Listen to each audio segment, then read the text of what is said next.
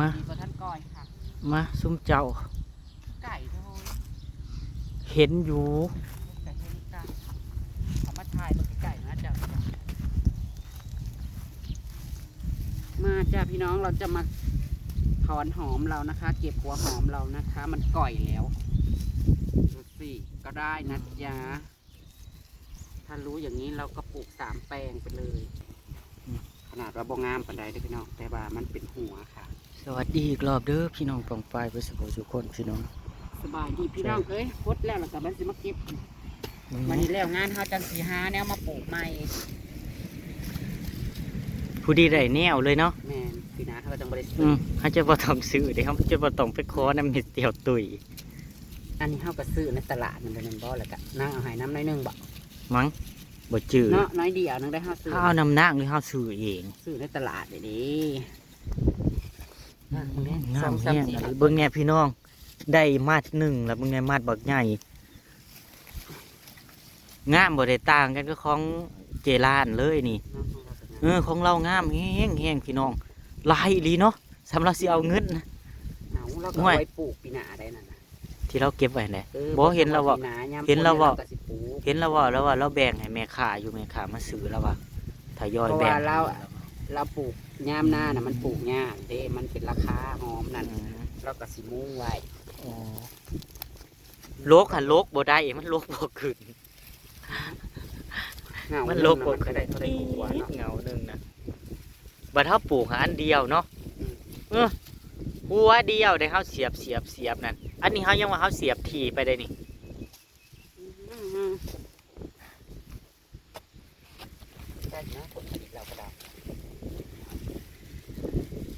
ก็ได้คือเขาอยู่แต่กูของไม่นั่งตุยของไม่นั่งตุยนั่นของไม่นั่งตุยนั่งว่ามันโบลงหัวพี่น้องนั่งว่าลงหัวหักใบหันงามของนั่งนะอุ้ยเน่าเลยเน่าเราไปกินเนี่ยบคิดว่าสิได้พี่น้องมันมีส่วงหนึ่งนะส่วงหนึ่งมันสิกูดใบมันนะใบมันแดงมันกูดส่วงหนึ่งนะบอกกันว่าสิโลกใส่งานถามมันโบเป็นหัวสรุปก็คือเป็นหัวโอ้ยเน่าพดน้ำร้ายโพดอันที่จริงเฮาสิยาเฮาควรยาน้ำแต่หึงแล้วเฮามาช่วงมันลงหัวน่ะฟังนี่นั่นเฮายังหดน้ำอยู่ชุมเจ้าชุมข่อยยังพากันหดน้ำอยู่โบเป็นหัวก็เอาไปกินนี่หัวใหญ่อยู่ได้พี่น้องเสียดายเอาหดน้ำเน่าอันนี้เน่าพี่น้องชุ่มข่อยเพื่อกันหดน้ำแบบลายอันนี้เด็กเน่าเฮ้ยแล้วมันเป็นพ่อปลาหน้าเนาะจังได้หดสบายไง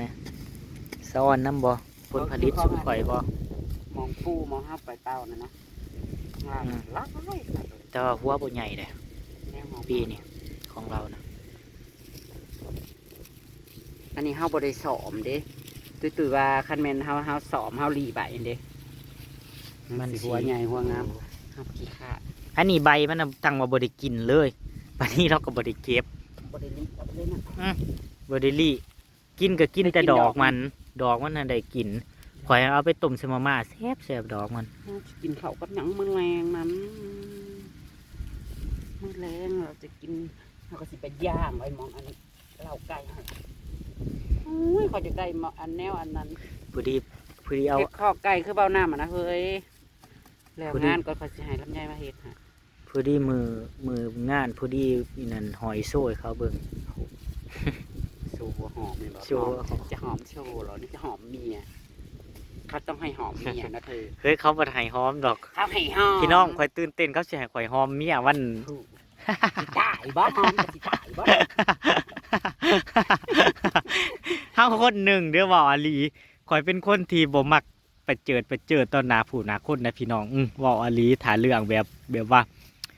ผู้ผัวไม่เมียควบมงควบหากันนี่บ่ค่อยสิได้หวานหน้าหมู่ข่อยเฮาบ่ได้เฮ้ยตัวนี้มันยังเป็นล้ำอยู่นะห้ำมันหัวโล ข่อยบ่ได้ว่านออกสื่อคือเมียเจียวปลาเจียว ชิเป็นอีหยังออกกันอยู่ บ่หวานอย่าไปหาเบา พี่น้องตอนแรกครับ ตอนแรกก็เว้ากันไว้มื้อวานเนี่ยอันว่านางนั่นสิมาเล่นน้ำเบาเสือก็บอกไปเพิ่นว่าบัดมาเพิ่น มื้ บ่ อ มา กิ เล่ น น เป็ด น้ำห จัง มู่ สวนมื้อเฮาสิกินเป็ดเด้ กินเป็ดหยัง เอาเขายังเป็นหนี้เป็ดพี่หยังแม่ผูกอาจเอาเงินอาตีพระจังแต่ข้าวได้อาตีให้500นั่นเองจนลืม เฮานั่น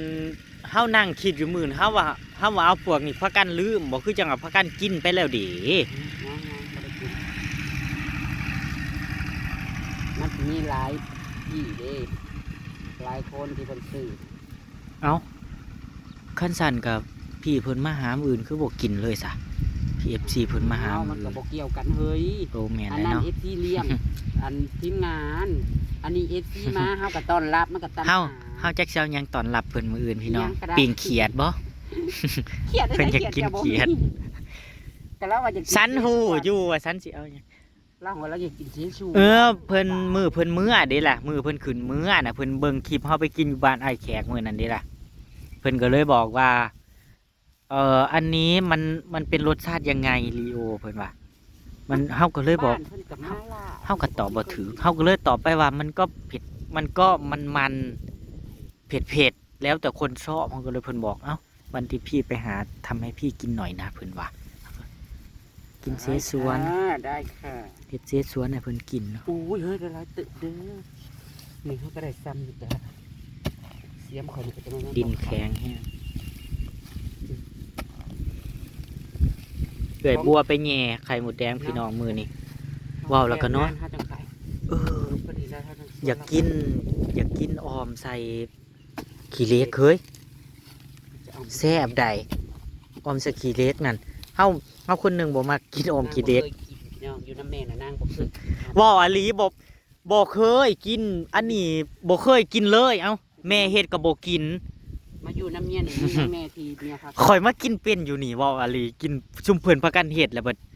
เอ้ามันคือบ่ขมกันเลยว่ะอีแม่เราเฮ็ดน่ะมันขม เอาก็ต้มน้ำ เราก็ต้มยินคือกันแต่จักเราเฮ็ดจังไดมันก็ขมเขาบ่กิน ตามน้ำโคตร เฮ็ดยามใดเฮาก็บ่กินน้ำเพิ่นเฮ็ดอยู่แต่เฮาบ่กินบัดมาอยู่นี่เพิ่นว่ากินเป็น มีอะไรบ้างลาบเผา ลาบเท่าก็บ่กินแต่ก็มาเจ็บอยู่นี่แหละ กุ้งอันตับกุ้งอันกุ้งเต้นกุ้งฝอยอันนั้นนี่นางเขาก็กินกับข้าวกินบ่เล่เขาบอก อันกุ้งแบบว่ากุ้งแช่น้ำปงน้ำปลาตั้มกุ้งสดจังสีมันผัดแซ่บมันกุ้งตัวใหญ่ถ้ากุ้งแบบว่าตั้มกินกับข้าวจังสีแล้วบ่กินวออลีมือเลี้ยงวันเกิดร้านสาวนั่นกะปะตูนว่าเอ้าปกติคือจังมักแต่เพิ่นว่าบ่กินบ่เพิ่นว่ามื้อนี้เอ้ากินอยู่แต่มื้อน่ะมันผัดมันบ่คิดอยากเพราะปานใดดิล่ะ วิได้ร้ายคักเบิ่งแง่ยังบ่เครื่องนานสำนีนะปี๊ดร้ายอาลีเบิ่ง เจ้าเบิ้งเหงาหนึ่งก็ได้บักลายมาเก็บโชว์ มาเดินมาเก็บหอมซอยเนี่ยเก็บหอมซอยเนี่ยจ้ะพี่น้อง หอมปะจ้ามานะคะเดี๋ยวจะให้หอม จะให้หอม ใครอยากหอมมาหาได้เด้อค่ะ จะเอากลิ่นหอม หอมเป็นหัว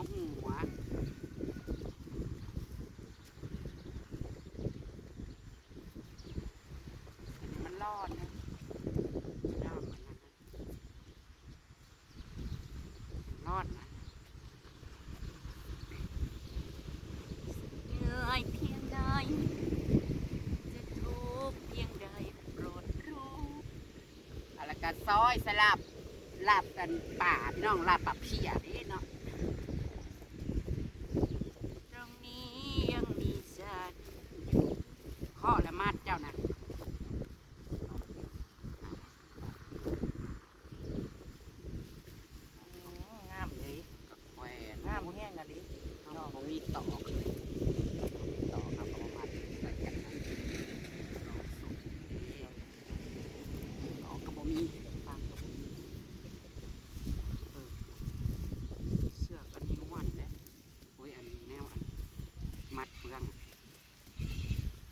อยากขายจะอยากขาย มัดละร้อยละร้อย โลละเท่าไหร่เท่าไหร่ แห้งไหนหัวหอมแบบขนาดขนาดเขาขายตามตลาดบ้านเพื่อนแท้ หัวเขาขายหัวละเท่า ค ไห อ ร่ ยซื้ออยู่ในตลาดเมือง ก โค ล้วย ก โล นะ ละเท่าไหร่ ซื้อในตลาดเมืองโคกนะพี่น้องแห้งสร้างน้ำหนักขายเป็นถุงน่ะกับถุงหนึ่งนั่นถุงน้อยๆนั่นถุงละ25,000 30,000 ที่เราเก็บจ้าเก็บมาพวกนี้ของตากเขาไปเก็บมาด้วยกันแขวนไว้เนาะ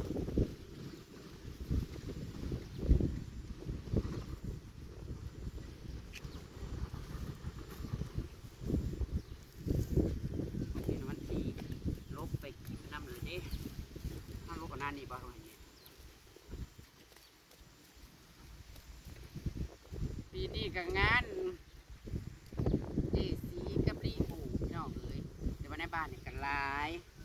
ปีหน้าภาษีบริงานหนองซ้ายอีกบ่พี่น้องเลยผมเป็นปีหน้านี่บ่ บ่ได้ว่าตุ๊กปีหนาโลดแต่เจ้ากระสีไรลงเฮ้ย โอ้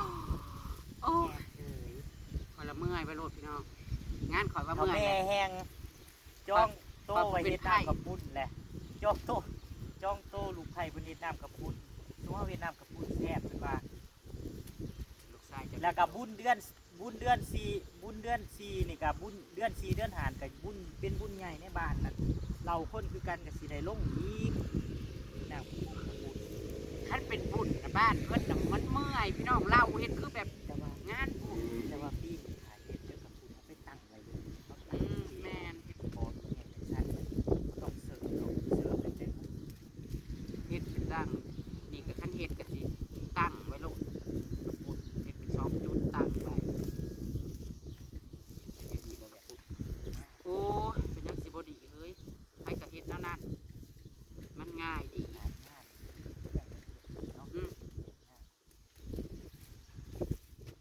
ตั้งไว้โลดเห็นบ่ว่างาน ซอยแน่ไผสิ วางบ้านหลวงบัวนี่ก็เฮ็ดนั่นนั่นในหมองนั่นน่ะเขาเจ้าตั้งไว้โลด ผู้เลือก ตรงมันอันนั้นมาแล้วมันหัวใหญ่ พี่น้องหัวใหญ่แห้งอะลีซื้อซอยแน่ครับ อยากขายจะอยากขายเอาเงินไปจัดงานนี่ มันม่วนเวลาเฮามาเก็บมานี่แหละนี่นะพี่น้อง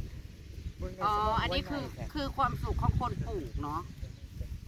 เพิ่งจะเข้ารู้สึกนะเนี่ย เพิ่งจะเข้าใจ ปีหน้าเฮากับจังปลูกสิไว้แต่ว่าปีนี้นะเฮานะเพื่อสิเฮ็ดหัวเฮ็ดสวนเนาะ อีดเบิ่งแน่สมาหัวใหญ่หัวดีบ่คิดว่าสิได้หัวใหญ่หัวงามจังสิเบิ่งแน่คุณอยากขายจะอยากขาย มัดละ100ไม่ใช่ดีซื้อ มัน ซอย หั แน่ วใหญ่น่ะจะคือว่าหอมแดงหัวใหญ่เนาะ หัวใหญ่แห้ง คือก็เป็นหัวอยู่แต่ว่าหัวบ่ใหญ่ปานนี้ยังไม่ครึ่งนะจ๊ะ เอามันมาใส่กันที่สองถัง เอ๊ะมันก็จะจับฟาดเลย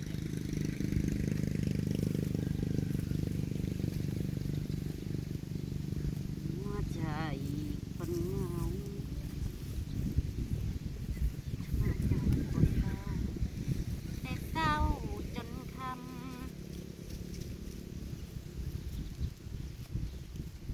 น่าคิดว่าจะหากินยังมาแล้ว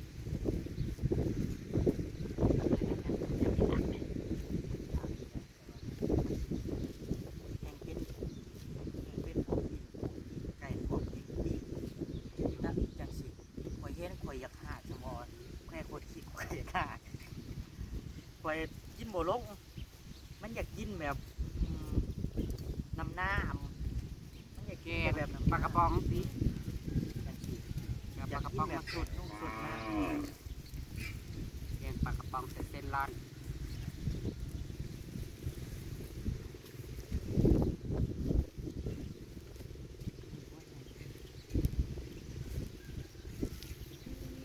น้องเนี่ยหัวน่ะร้อนน้ำบ่หัวใหญ่แห้งอ่ะลิพูด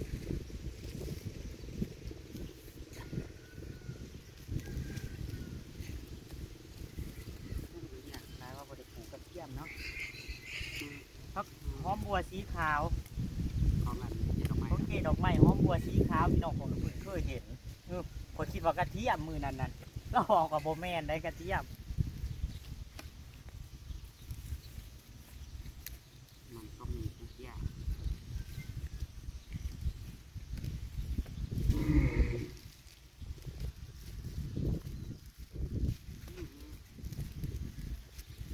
ยกมาจากเลิกลง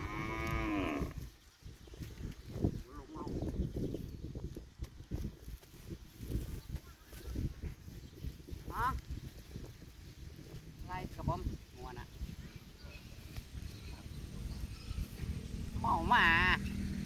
แลนหูไปเลยมาแล้วก็หูไป อันคันบอบไลง่อยอีเจนมานำแล้วมันบกไปมันติดอีบ้านมาเป็นอีนี่แล้วเนี่ยยังบ่ได้ไปถามเบิ่งไอ้กลุ่มไม่ซ้ำ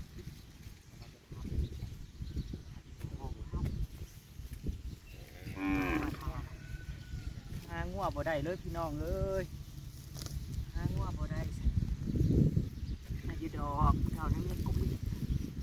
ได้หอดมือแล้วก็ไปเอาโอ้ยมือไปเอาก็ได้แล้ว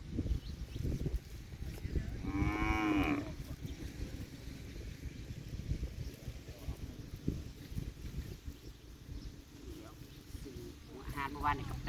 เลย